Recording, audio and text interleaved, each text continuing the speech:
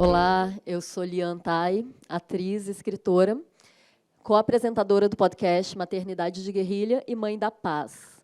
Hoje eu vou conversar aqui com a Gisele Ithier, atriz e mãe do Pedro, e com a Nelisa Assunção, que é cantora e mãe da Rubi, do Bento e do Benedito, 3 filhos. A gente vai falar sobre as grandes transformações da maternidade. Todo mundo sabe que, quando a gente se torna mãe, é uma ruptura tremenda na nossa vida. E existem várias transformações, tanto no corpo, quanto na vida profissional, quanto nas nossas relações, que, às vezes, derrubam a gente, né? E, às vezes, fazem a gente se levantar de uma forma diferente, muito mais forte, se reconhecer de uma outra forma. Então, a gente vai falar sobre essas grandes transformações nessa conversa patrocinada pela Ox Cosméticos, que é o patrocinador da Casa TPM. Vamos começar falando sobre como a maternidade transformou as nossas vidas. A gente sabe que transforma muito, mas, às vezes, eu acho que é até um pouco mais do que se fala, né? Transforma em níveis mais profundos do que a gente é acostumado a ver nas narrativas convencionais, ou comuns, ou na narrativa que é socialmente aceitável, que muitas vezes a gente reproduz, né? Então, como é que a maternidade alterou ou transformou a vida de vocês? Amor, eu não me reconheço mais. Essa é a grande verdade. Eu ainda estou nesse movimento. Boa tarde. Nesse movimento de me olhar e tentar entender quem é a Gisele Ithier Ramos. Eu estou mergulhada, desculpa de falar isso, mas vou ser bem sincera, tipo num limbo, sabe? Assim, e realmente tentando ter uma reconexão comigo mesma. Eu escolhi algumas janelas para a minha maternidade, que é cama compartilhada, uma amamentação livre demanda, sabe? Assim, tudo para trazer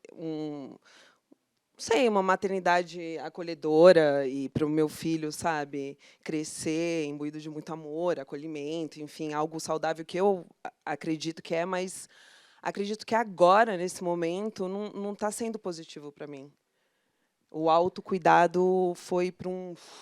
Cadê Gisele? Oi, Gisele, onde é que você está? Eu estou nesse movimento. Que idade que tem o Pedro? Pedro Luna, ele tem 2 anos e meio. E ele ainda amamenta, a cama continua sendo compartilhada, e eu estou nesse movimento de tentar entender como cortar de uma forma saudável, né? Ele ama, ele é um bezerro. Aí eu falo, a gente tem que parar de mamar ele. Falei, amor, não ri, a mamãe está morrendo, sabe, assim. Então, me faltou o autocuidado, está me faltando. Eu sempre falo, agora eu vou, começou, setembro, vamos lá, sabe, assim.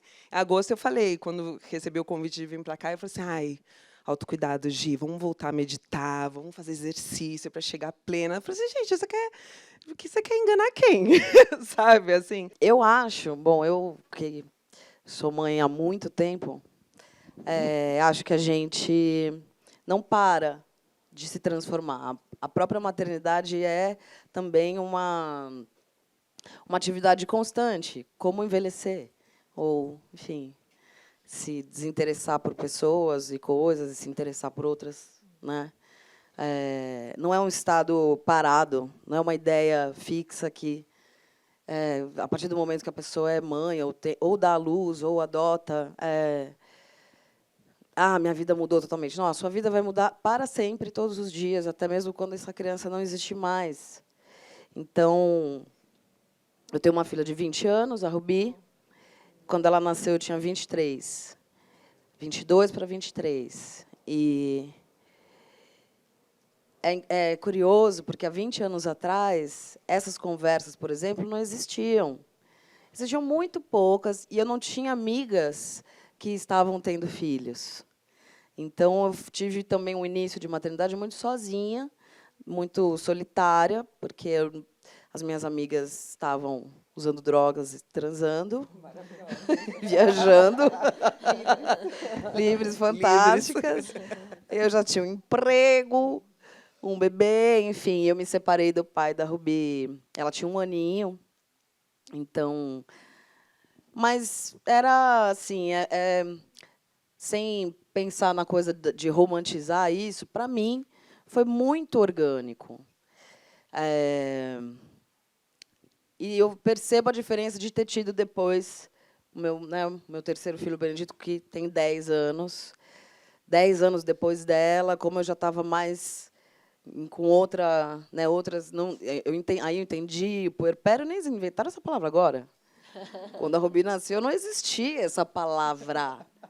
Eu nunca tinha ouvido isso na vida. Então, e disso que você está falando, do autocuidado. Então, tinha também, assim como eu, minha irmã, minha mãe, todo mundo para trás, essa relação de que o autocuidado é cuidar do bebê. Exatamente. E é também, claro que é, mas a gente vai demorar, eu acho que muitas gerações e muitas rodas como essas vão ter que acontecer, porque isso é cultural. Do sistema, de como a gente se organiza nessa sociedade. Então, a cultura patriarcal, a coisa do mas que bom que ele te ajuda, toda aquela história do papel do homem, do papel do pai, da figura masculina. O ajuda, para mim, eu quero morrer. É péssimo. Ele te ajuda. Então... Eu comprei na banca o espermatozoide? Sabe? Assim, como não. assim? Não, e nossa, que bom que vocês se dão bem, que bom que ela vê o pai. Então, e as mulheres reproduzem isso. A minha mãe, as minhas irmãs, achavam o pai da Rubi, ele é uma pessoa maravilhosa, generosa, mas o máximo, porque ele comparece. E é responsável. Então é uma coisa assim, meu Deus do céu, sabe? Às vezes eu brigava com a minha mãe e falava, nossa, vou pôr uma faixa, agradeço a Santo Expedito pelo pai alcançado.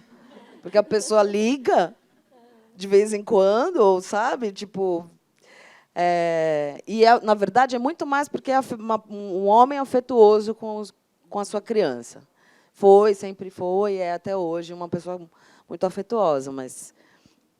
Enfim, acho que a gente precisa de muito tempo, muita conversa, para poder mudar. Você vê, em 20 anos, não é nada.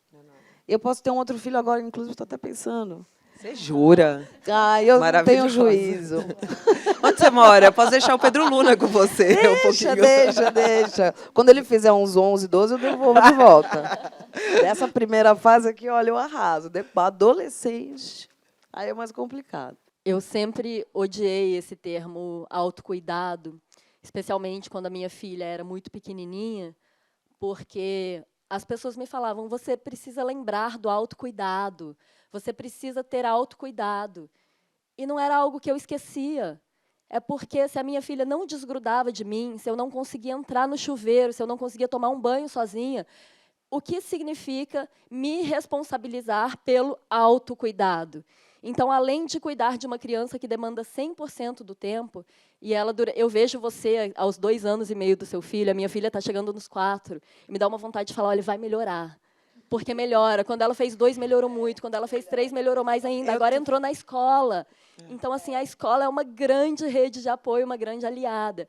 E, às vezes, pode atrapalhar, mas eu estou muito feliz com a minha filha na escola. Mas as pessoas me falavam do tal do autocuidado. E eu falava, gente... Como que eu posso ter autocuidado se eu não consigo dormir, se eu não consigo lavar o cabelo? Então, assim, eu achava injusto isso de responsabilizar a mãe até pelo autocuidado, como se ela fosse desleixada, como se ela não cuidasse de si. Ela não tem tempo para cuidar de si. Uma criança demanda 24 horas por dia, 100% do tempo. Então, assim, é impossível você... fazer qualquer outra coisa se você é a única responsável pelo cuidado de uma criança. E eu me peguei vivendo isso, e eu acho que uma grande transformação foi que eu me achava super feminista. E aí, quando eu tive minha filha, eu falei, nossa, eu não entendi o patriarcado como eu estou entendendo hoje. O buraco é muito mais embaixo. Muito mais embaixo. E eu acho que é muito importante a gente falar sobre isso, sobre o lado não romantizado da maternidade. Tem gente que me pergunta, por que não romantizar a coisa mais bonita da minha vida? E romantizar não é sobre ver o lado bonito. A gente tem todo o direito de ver e de falar o quanto quiser sobre o quanto a maternidade também é bonita. Só que a gente tem que falar sobre o outro lado. Porque não falar, ou seja, romantizar, só falar sobre o que é bonito, silencia e isola mulheres diariamente. A minha experiência de maternidade começou quando eu engravidei, no susto, e tive depressão e pânico, que na época eu não sabia nomear. Eu entendi depois que havia sido depressão, que havia sido pânico, e que eram causados pelos hormônios da gravidez. Mas, na época, eu procurava narrativas semelhantes, eu não encontrava. E todo mundo falava que eu tinha que ser grata, que eu tinha que estar feliz, que aquilo era uma vida. E eu falava, gente, então eu estou sentindo errado, eu estou errada, eu sou uma má pessoa. E eu procurava narrativas e não encontrava. Quando eu comecei a escrever, a falar publicamente sobre o assunto, muitas mulheres me procuraram para dizer, obrigada, eu estou vivendo coisa parecida. E eu pensei, se existem mulheres como eu, onde elas estavam? Porque eu não sabia que elas existiam. E aí eu entendi como a romantização silencia. E nós somos mulheres empoderadas, empoderamento não é individual, gente, empoderamento é sempre coletivo. Nós somos pessoas cercadas de outras mulheres que temos um meio para isso. Mas, se você não tem esse empoderamento coletivo, você vai falar sobre isso e vai ser taxada de má, de ingrata e vai ser silenciada. Não, e de cansativa também, né? Ai, gente, não aguento. Não, tô exausta de escutar que você tá exausta. Tipo, mas o que você quer que eu faça, sabe? E, realmente, para o patriarcado, essa é uma arma fortíssima em cima da gente, que é nos silenciar. E maternidade se torna, assim, uma solidão muito profunda e dói. Dói muito. A gente ama nossas crias, é claro que a gente ama nossas crias. E realmente é muito ambíguo. Por mais que eu estou muito cansada de amamentar ele durante a noite, ele acorda tipo 7 vezes por aí, é uma coisa muito insana. Ao mesmo tempo, eu me pego falando, ai, daqui a pouco ele vai parar de mamar. Sabe, assim, é muito, oscila muito, muito. E realmente eu não sei quem eu sou, assim, que mãe é essa, porque é uma mãe pandêmica, né? Então, é tudo muito. Não sei se eu quero ter outro para saber. Falar assim, vamos ver agora fora da pandemia, mas é muita. Eu conversando, eu tenho uma rede forte assim de mães via internet que são mães pandêmicas e vejo o quanto que realmente eu não estou sozinha. É muito dolorido. A maioria são mães solo e isso não quer dizer que mãe solo não está casada com o pai do seu filho, né? Isso é muito importante dizer, que a maioria das mães são solo, porque realmente os pais não se responsabilizam. E aí eu levanto, vem cá, quantas vezes o pai do seu filho marcou vacina? Quantas vezes, né, ele foi comprar roupa? Quantas vezes você pegou ele estudando? Ai, que comida o que é importante de vitamina, né? Ai, tá faltando meinha. Ai, é boa essa pomada. Eu estava lendo uma coisa bem, tipo, não, é raro. É muito raro. Então, não quer dizer, então você é mãe solteira? Não, não tem nada a ver, sabe? Não mistura a minha maternidade com o meu estado civil.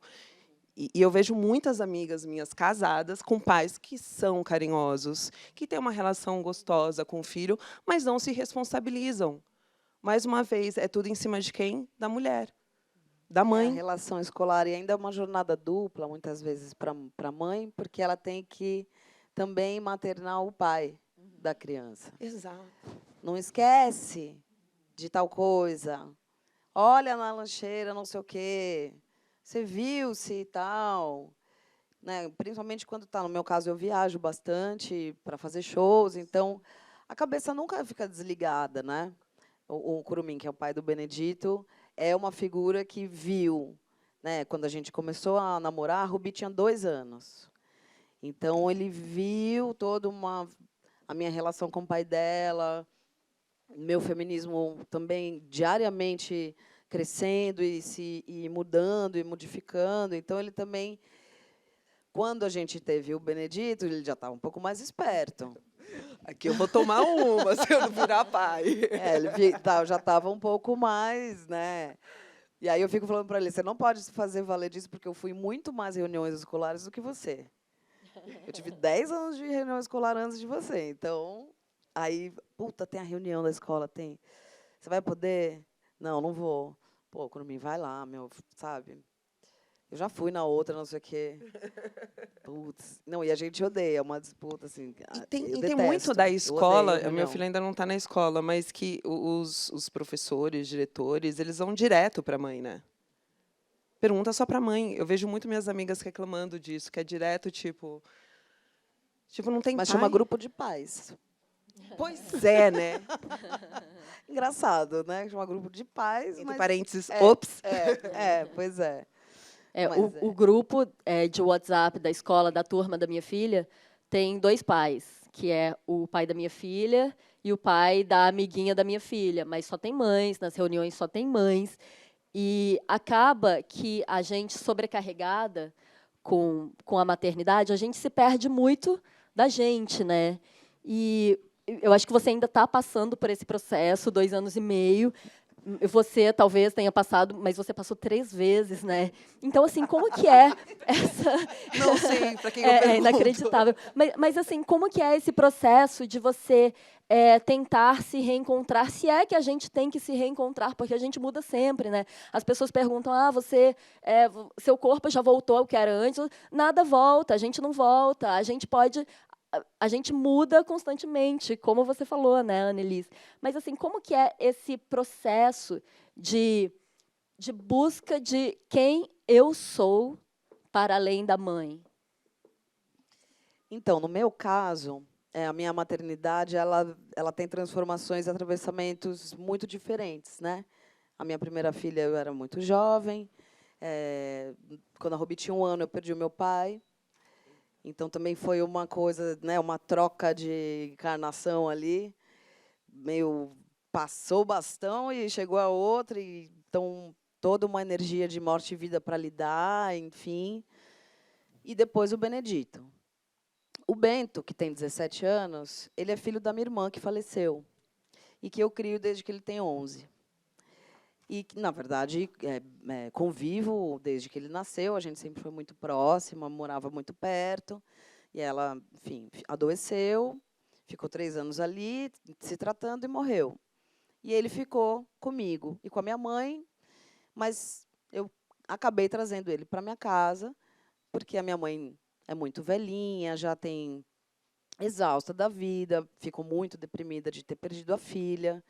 Foi muito difícil para minha mãe, ainda está atravessando isso, né? Faz 6 anos que a Serena morreu, mas, enfim, a morte é uma coisa muito esquisita, porque o luto passa e volta, e aí são essas transformações eternas. Então, a minha relação de maternidade com o Bento, por exemplo, ela está completamente em fase de entendimento e adaptação, como se ele fosse um bebê. Ele não é filho da minha barriga, é o filho da minha irmã, mas eu adotei ele, e os primos viraram irmãos. Mas eu não quero que ele esqueça da mãe. Eu fico o tempo inteiro pensando se a mãe dele autorizaria tal coisa, ou estaria de acordo com tal comportamento, se ela acha que eu estou fazendo bem ou não, quando a gente pensa nesse tipo de possibilidade, né, de se ela me vê, se ela está em algum lugar e vê o que acontece aqui, meu Deus, será que eu estou fazendo tudo errado, E ele te tudo chama certo? de mãe já? Não, ele me chama de tia. Toda a vida. Mas agora, com os irmãos, ou quando eu estou com os 3 numa situação, estou com os meus filhos. São os meus filhos. Ou está só 2, enfim. Ai, que lindo. E aí, eu comecei agora, quando está só eu e ele, numa situação. Olha, eu vim com meu filho, e aí eu não sabia também o quanto isso, para ele, era bom ou ruim. Porque ele... Será que, para ele, também... ele mudar, mas eu sou filho da Serena. Aí eu comecei a pensar, será que eu estou invadindo um lugar?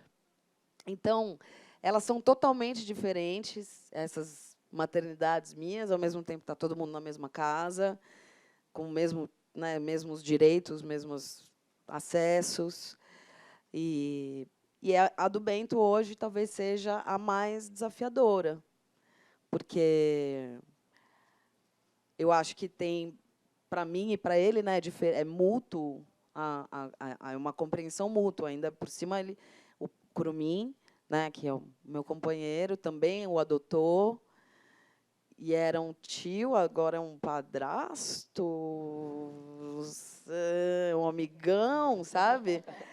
E a gente tem que ter, né, o tempo todo, tomar cuidado também para não criar também essas diferenças de tratamento. Então, a gente tende, talvez, com o Bento, a ser mais permissiva, eu, principalmente, porque tem uma certa... Puxa, ele perdeu a mãe, sofre, tem Faz outros terapia? traumas, faz. É importante, né? Ter muito diálogo. Ele faz, sim. Ficou um tempo sem fazer, na pandemia ele ficou meio de saco cheio de fazer online, assim, agora ele voltou. Ele mesmo sentiu bastante falta. É. E aí o Benedito fala assim, mas o Bento pode tudo, não sei o quê, eu nunca posso fazer nada. Eita. Aí a Rubi fala, não, porque quando era comigo, não era assim, agora o Bento... Aí eu também fico, nossa, eu também tenho que tomar um pouco de cuidado para não ser tão... Né, deixar ele ser mais... Deixa ele dormir até mais tarde, ou deixa ele... Eu sempre deixo mais ele fazer coisas. Mas, enfim, é isso. É toda uma construção diária, eterna. Eu não entendo, eu não sei. Por isso que eu fico refletindo também nas minhas próprias análises sobre o que é maternar, né? É muito individual, né? E fala muito também da nossa família, né? Da nossa ancestralidade. É muito louco, porque eu sempre vi a minha mãe como... E vejo ainda como uma mãezona, sabe? E eu sempre olhava e falava assim, nossa, mas ela... Eu não vejo a minha mãe se entregando para ela mesma, sabe? Tipo, fazendo um esporte, lendo um livro para ela, saindo com as amigas. E eu falava, nossa... E aí eu fui vendo que a minha mãe era isso, vivia para nós três, nós três, nós três, nós três. E hoje em dia, escutar da minha mãe que eu estou me doando muito para o meu filho, eu falo... tipo, eu estou repetindo assim, em dobro, né? E sem querer, que era tudo que eu não queria. Mas, de novo, de repente, essa pandemia, né, que eu fiquei 1 ano e meio ali. Acredito, sim, que eu ainda estou no puerpério, por ainda amamentar. Enfim, quase chorei 3 vezes aqui do lado de você. Sabe? Então, e o que eu sinto muita falta é... gente, é a privação de sono. Realmente é o que está me pegando muito, muito. Acho que se eu pudesse dormir pelo menos 6 horas, assim, eu estaria... Eu conseguiria ter esse olhar, sabe, do autocuidado, porque agora, até que, enfim, eu consigo uma babá, que é isso, né? A gente está falando de privilégios, ou direitos alcançados. Ela te ajuda à noite? Não, ninguém ajuda à noite. 2 anos e meio sou eu à noite. Telecena de hora em hora. É. Quais são as transformações na vida afetivo-sexual, no seu olhar sobre o mundo? Aí, aquela, né, a pessoa que rouba. Vou fazer uma pergunta sobre todos os temas para a gente acabar aqui. Mas, na vida afetivo-sexual, em como você se vê como mulher, quem era a Gisele antes, quem é a Gisele agora, quem era a Annelisa antes, quem é a Annelisa agora? Bom, Gisele antes, libriana, amava namorar, que não era muito positivo, mas sempre emendando relacionamento, e tipo, gosta, né? Lua em Sagitário, um fogo no... Né? E eu não sei, hoje não tenho. Eu transei uma vez, depois que eu pari. E é isso, tipo, não, realmente é um limbo. Mas eu estou feliz, estou ótima. Ótimo.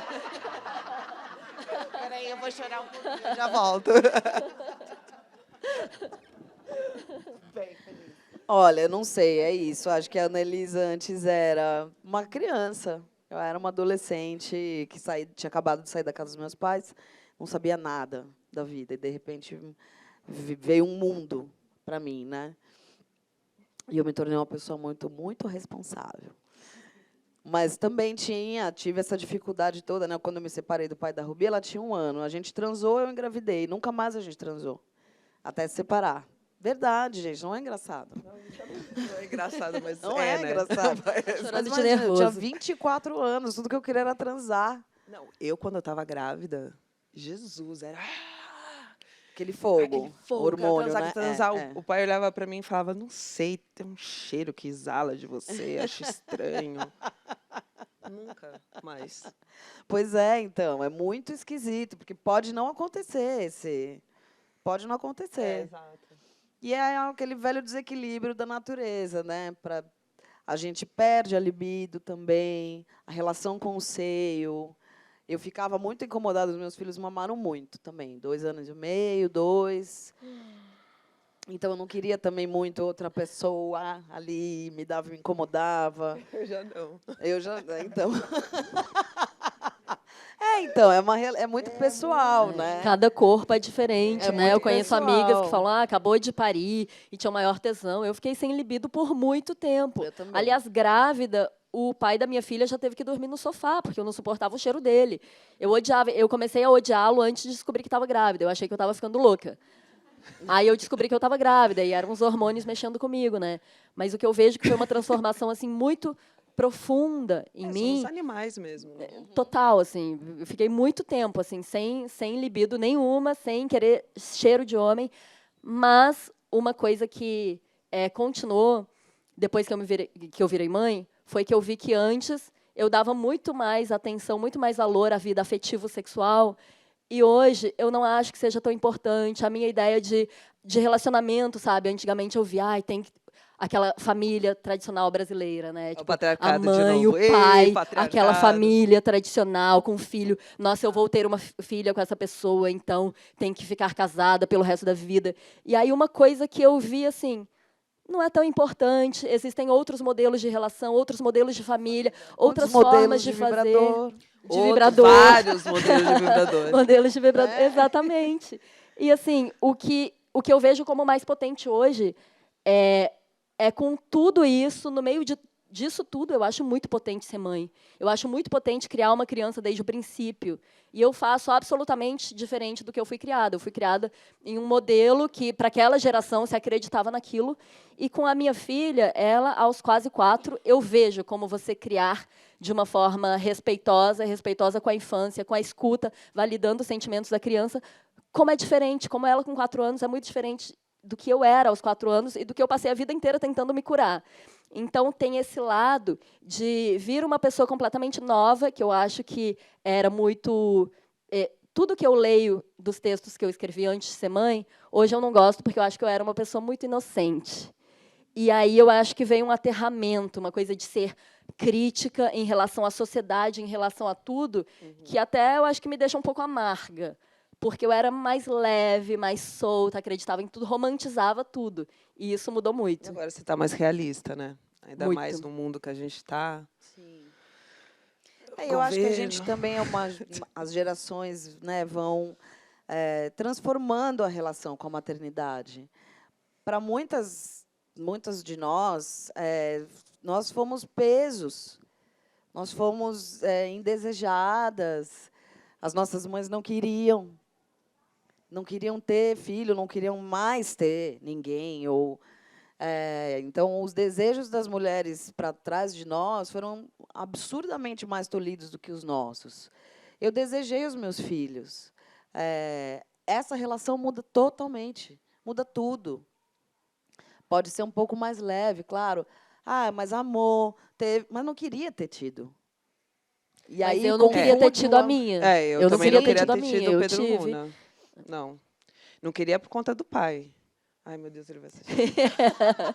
Gente, não, gente, ele é um cara muito legal. Ele é um pai... Não, eu tô falando pai sério. bacana. Ele é... Não, ele tem uma relação boa com o Pedro Luna. Ele realmente é muito... É até mais preocupado do que eu quando ele está com o Pedro Luna. Tem uma relação... O Pedro Luna ama ele, sabe? Existe. Mas, para mim, não... Sim. Eu falei, Jesus, e agora o que eu vou fazer? Eu pensei muito, eu falei, será que eu vou ter um filho com este senhor?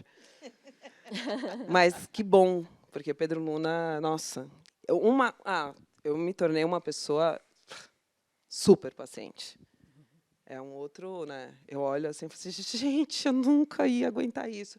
E os problemas, você passa, né? Você olha para o seu filho e vê ele saudável, bem, ok. Vamos, pega, cria, vamos. E eu tô mais no corre precisa de dinheiro, né? Para fazer. Tem esse corre, né? Eu me sinto muito esse bicho selvagem, tipo, né? Tipo, eu preciso colocar comida na mesa para ontem. Sim. Mas acho que a gente é isso também. É uma geração que teve um acesso à liberdade diferente das nossas mães. Total. É isso que eu quero dizer. É óbvio que em vários momentos a gente pode ter, né, não ter querido ter aquele bebê e teve, mas a relação, a partir do momento da decisão de ter, é completamente diferente de para trás. Porque não se falava sobre e isso. note Foi exatamente o que você falou, a gente né? decidiu, a gente sabe que a gente tem a decisão de ter. Exato. Não são todas as mulheres que têm decisão de ter. Deveria Exatamente. ter. Deveria mas não ser. são todas as mulheres. Eu Isso ainda não continua queria, mas eu acontecendo. escolhi ser mãe. Posso falar uma coisa? Eu, quando eu me vejo chorando sozinha, eu falo, não aguento mais. Aí eu começo a chorar mais, porque eu olho e falo assim, cara, eu tenho meus pais que me ajudam, no sentido, eles moram muito longe, mas eu falo, gente, será? Tipo, agora eles estão com o Pedro Luna, mas eu olho as mães periféricas que realmente não tem... Ai, desculpa. Eu falo, cara, eu estou sendo muito ingrata, sabe? Assim, então eu tento... Mas, ao mesmo tempo, eu estou sentindo a exaustão, sabe? Olha assim, a culpa que colocam sobre as mães e como exato. isso é um mecanismo Mas, de ao controle, mesmo tempo, eu penso né? nessa mãe que, tipo... Mas, tipo, tem que sair às 4 horas da manhã para pegar 3 horas de... sei lá, de ônibus, de metrô. E, tipo, deixar com uma vizinha que ela sabe que, tipo... sei lá, tô dando, sabe? Que bebe, que é um cara que não sei o quê, sabe? Assim, em mãos que... sabe? É muito... Para cuidar do filho de outra pessoa. O que o governo está fazendo para essas mães, entendeu? E, ao mesmo Qual é tempo, o a gente tem futuro? direito à nossa dor, E né? qual é A o gente tem que futuro saber da que a nossa gente tem direito. sociedade com essas crias sendo criadas dessa forma, sabe? A mãe a gente já enterrou, né? Que a gente sabe. Mas, tipo, é muito triste. É muito importante a gente estar aqui conversando e falando e nos escutando, mas... e essas mães que não têm tempo nem de saber? É um corre muito louco. Elas vão adoecendo, elas não param para pensar. Muito obrigada por compartilharem com a gente aqui, inclusive compartilhem lá fora também. Esse conversar sobre a maternidade é muito importante. Ter narrativas plurais é muito importante. Mães que falam sobre as próprias experiências e não, como sempre, a narrativa corrente que foi contada pelos homens. O que a mulher deve ser e o que a mulher é sempre foi contado pelos homens. Então, a gente precisa dessa pluralidade, a gente precisa dessas rodas de conversa. Muito obrigada, Casa TPM. E vamos e votar a em Ox mulheres. Cosméticos. Vamos votar em mulheres, gente. Vamos votar em quem... Vamos, para olhar para nossas manas, para a gente Por precisa. favor, é muito político, fazer maternidade é muito político, é muito potente, e eu acredito hoje que a maior transformação que a gente pode fazer pelo mundo, é claro, não só essa, né? Existem muitas revoluções possíveis, mas a gente criar seres humanos desde o princípio, com amor, com afeto, com empatia, e com um modelo diferente do que foi feito com a gente, que é um modelo violento e autoritário. Eu acho que isso é muito potente. Obrigada, Ox Cosméticos, por patrocinar essa conversa e o patrocinador da Casa TPM. Obrigada, gente. Obrigada, gente. Obrigadão. Obrigada. Desculpa alguma coisa.